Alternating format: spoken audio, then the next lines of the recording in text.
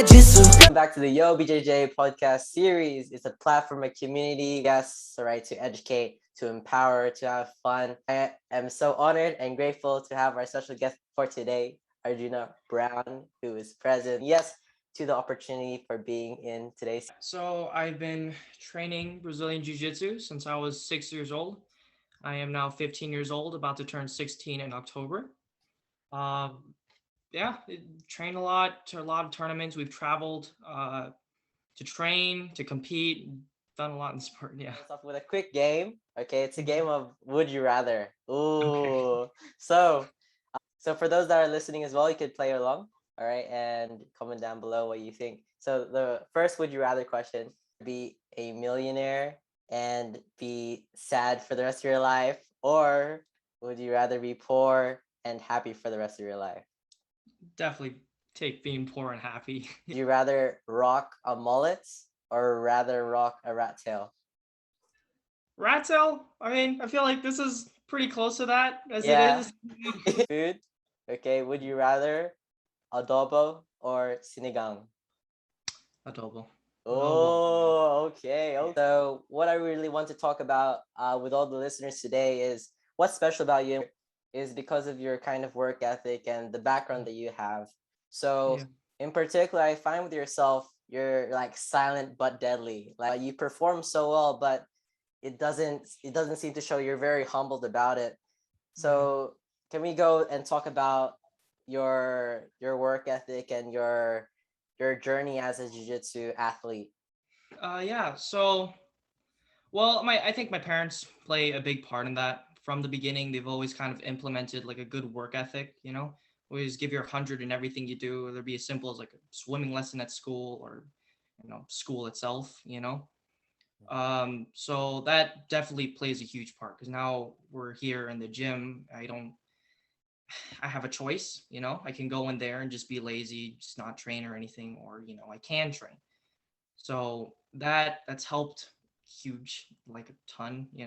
Yeah, I think it's just simple. You just give it your all. You might not do well, you might lose every single round, but you're doing your best. And I think that's all anyone can do. That's an incredible work ethic, I think, Arjuna, because Thank you. why a lot of people can be disheartened by losing. Hmm. Personally, like experiencing it, I know everyone loses, even Yeah. though you might be at the top of your career. There's always going to be like someone, or maybe just at that moment they were better than you. So how have you really, I guess, persevered and continue to compete when you have those like negative thoughts when you've Yeah. lost that match? I look forward to next time. Hmm. It's it's hard, especially for some of the bigger tournaments or bigger moments when you lose. I've had plenty of those experiences, but I think what keeps me going is the motivation to want to be better. The motivation to kind of you want to escape that position next time so you don't get caught or something. It's just Hmm. you don't lose next time. It's something like that. That you have developed already. Thank you. And so Arjuna, we've seen you've posted a lot about your accomplishments in jiu-jitsu. Can we dive into what Arjuna kind of looks like off the mats? What do you do on your day? Yeah, I'm a pretty big nerd off the mats. Play a lot of video games, into comics and stuff. Watch a lot of TV shows. Yeah, I don't off the mats. There's not that exciting to be honest. Just chill at home, hang out with my brothers a lot, my parents. Those guys there for me a lot. Right now I'm watching Brooklyn 99. Oh my gosh. I have The a show I right have a now. calendar of it, and Yeah, I'm with you. We're gonna watch Brooklyn Nine-Nine episode after this. pretty boring outside of the mats to be honest. I do play guitar actually. There is that guitar and piano. Not too great when working on that. Yeah. So Great. So you're learning how to like serenade people, or you talked about your family, and if you can talk about it as well for all those that are listening, talk about your family and how they have influenced your jiu-jitsu and are part training jiu-jitsu as well. So how has that impacted you? Well, I mentioned my parents, how they've instilled the work ethic, and they also kind of help with the planning and all. But my brothers, they make it fun, to be honest. I'm the oldest, right? So I trained first, and when I was there by myself, obviously it was fun for the first time. I was excited learning and all that stuff. But after a little bit, it got a little boring. Right. It's just do the same thing over and over. But then my younger brother Kanoa joined, right, and that Yeah. it added this whole new thing. It became so much more fun. We had the two other little ones that joined, and eventually parents joined, and it's pretty Oh. cool now. So you can go out there. It's just all of us all on the mat. We don't train with each other too often. I mean, Yeah. there's a 'Cause of the very huge size difference. difference. Yeah. But it's fun just having them on the mat. It's Definitely. almost a little distracting. Sure that you have been applying your jiu-jitsu, I know, on and maybe sometimes in the house, just Yeah. like, for Really rough. funs and But giggles. yeah. The school that you're a part of, Rice Brothers, Mhm. can you talk to us about that and how you have been part of their team and their community? Yeah. My coach, Tanner Rice, I've known him for a very big part of my life. He started when he was younger. He was very skinny, very Mhm. small compared to how he is now. And then it was just kind of cool. We all kind of grew up on the mats. My youngest brother Calvin learned how to crawl and walk on the mats. So that's kind of Yeah. we just Pretty grew up there. awesome. Yeah. Now we're comfortable with each other, close as friends. We travel out of the country together without supervision of my parents, just because how much we trust them and all. Mm. Um, but they've made this experience very fun too. You know, Mhm. is this they're not just coaches, they're friends. Mm. So um, Yeah. they're very cool. It's a small gym. There's not a lot of people compared to some of the bigger gyms, but Mhm. it's fun. It's nice. And I think, well, when Mhm. training jiu-jitsu, that you find a mentor that is also your friend as well. Well, seeing your post, the relationship that you have with your professor Tanner and you like traveling, out of state to compete at your major tournaments. And to think about, you also said that it's quite a small gym. Mhm. And I want to talk about more about the approach because like I know that the big well the one that's making the headlines, right, is Pendigo submission, that their small team, and they're all, I'm sure there's a whole bunch of other small teams there. So Mhm. how is it like competing, because there's all the major teams, and they're like being a kind of like an underdog in a way. So how do you kind of deal with that process that you're you're kind of the underdog? To be honest, I think it helps me a little bit.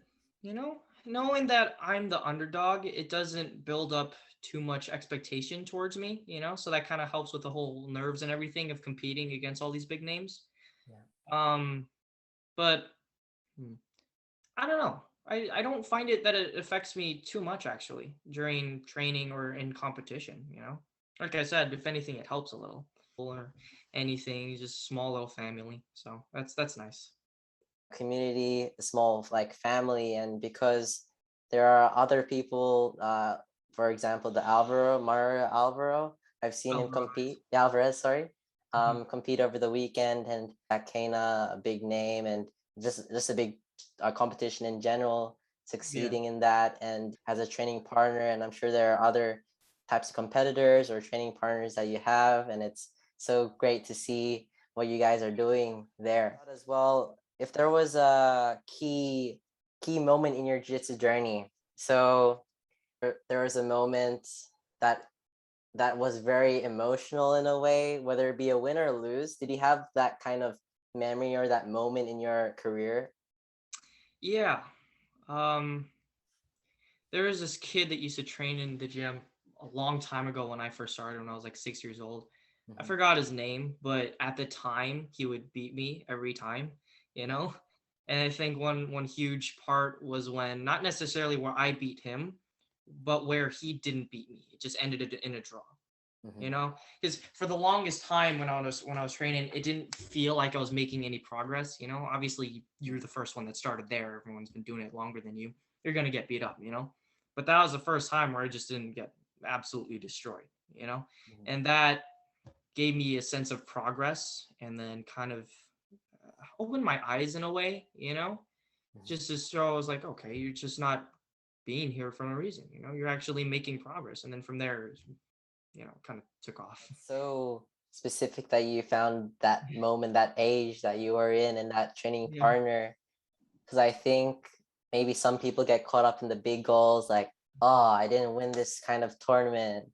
But it was like the little things I Mhm. suggested. Take a turn to one of the biggest moments in your career. Um, like which kind of accomplishment was like the cherry on top of your career for the moment? Because I know that in future you're gonna have many more memories, but for right now, was there a moment like that? I think 2 years ago, Yeah. I went to the Orange League Copa Podio tournament, and Yes. that was a pretty big moment for me, Mhm. because that was the first time I competed. Well, not first time, but like the first big tournament I competed in out of the country, and it was an invite only. So that felt really big too. That was another great accomplishment for me. It- I I can only imagine how impactful that was in an invitational. Of course, it just says something that you have phenomenal jiu-jitsu and they were able to see how you were able to roll. About it, I was watching a video recently about you, and I think you're probably of that age, like 6 or 8, and the game that you played, it's still the same like you do now currently, like that Delahiva game, Yeah, Berimbolo style. It's amazing how you've been able to stay consistent with it and to be able to pull it off like on anybody. So yeah. how have you been going about staying consistent in that game? Because that's rare. I don't see many people do Yeah. that. Well, I think a big help is my coach, Tanner Rice. One of the things he taught me was that it's good to just have a starter game, one that you build off of. You get really good at this one, right? So later on, when you're already kind of developed in this, you can move on to different games, Spider Guard or something. But if that fails, you can always go back to something. And for me, that was Delahiva. So that was my starter game. I got pretty good at that when I was younger, and then I kind of just developed it as time went on. Arjuna, is was there a piece of advice that resonated with you? If you care to share with the audience for our last piece of the Yeah. video. I think it's just have fun with it. I mean, the whole time you're stuck on thinking just you got to get better, you want to become world champion and all that, but it starts with just having fun. If you don't have fun with it, you train a lot worse for one, but Mhm. two, it's just there's no interest, in that. I don't know. It's interesting because for me, again, it was interesting because it's a small piece. It's something no one would really think of is just have fun with it, but you don't realize how much it really helps you. It's helped a ton. It's something small. Like just survive this much longer with the guy that always beats me. Mhm. So Here and to, yeah, like you said, it's just so simple to have fun with it, because a lot of the times people will just overthink or just like brush that off to have fun and just like be so caught up in the goal, and they yeah. get it spirals downhill. But what you say is about having fun and to achieve that, but if they don't, they Yeah. get it spirals downhill. What was the benefits of training jiu-jitsu? Because like you said, you've been training jiu-jitsu for a while now. Yeah. How has that been able to benefit your character or self-defense, or what kind of, Mhm. yeah. It's given me a lot of experiences that has built a lot of things in a lot of different ways. For starters, before I started jujitsu, it was very timid, nervous, wasn't very confident. But going to jujitsu, it's built that confidence for one. You can go out in the street, not have to be worried about much. If a guy comes up to you and wants to start a fight or something. But also, it's opened up a lot of other experiences. For example, the tournaments. Going to Brazil for Copa Podio or Vegas for some of their other ones. That's obviously huge. It's a lot of fun, and it builds your perspective too. Just the different lifestyles of other people. You know, and experiencing new people, meeting new people. That's always huge and very fun. You know. I mean, not to mention too, it's a good on the school resume. You know what I mean? You know. And completely agree that it's quite difficult to single out the benefits Mhm.